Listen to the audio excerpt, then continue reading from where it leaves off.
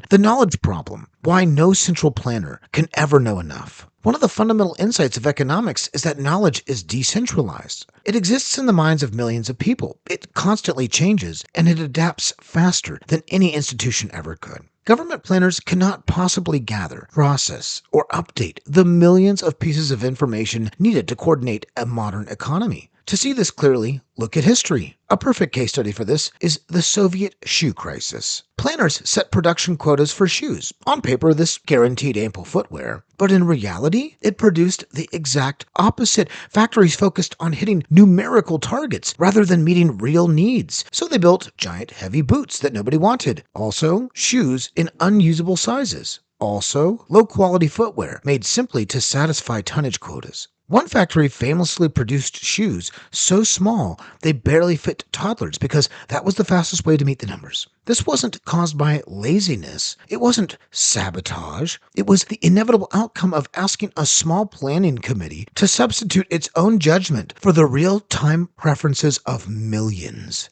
Economist Paul Gregory's archival research revealed something staggering. To properly plan the Soviet economy, the central agency would have had to process tens of millions of data points per month. That level of knowledge cannot be centralized. It can only emerge from the interactions of millions of individuals responding to their own circumstances. A bottom-up system does not need full information. It only requires that individuals know their own needs and respond to price signals. Prices aggregate knowledge. They coordinate behavior naturally. They tell consumers and producers exactly what to do without any central command. This is why systems based on voluntary coordination adapt quickly. If a price rises, producers could increase supply.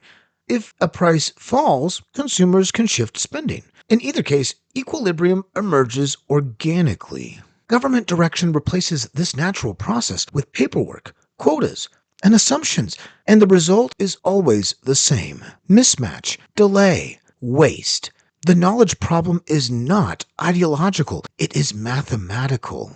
Now, stop for a minute. Here's something almost nobody realizes. When researchers studied dozens of centrally guided economies across multiple continents, they discovered something astonishing. The breakdown doesn't take decades, it begins almost immediately. In fact, the average collapse of a centrally directed sector begins within 18 months of its creation. Not 10 years, not a generation, just a year and a half. Why so fast? Because the moment government replaces real price signals with official instructions, the system becomes blind, and a blind system cannot correct itself. And once you understand this, every other failure becomes predictable.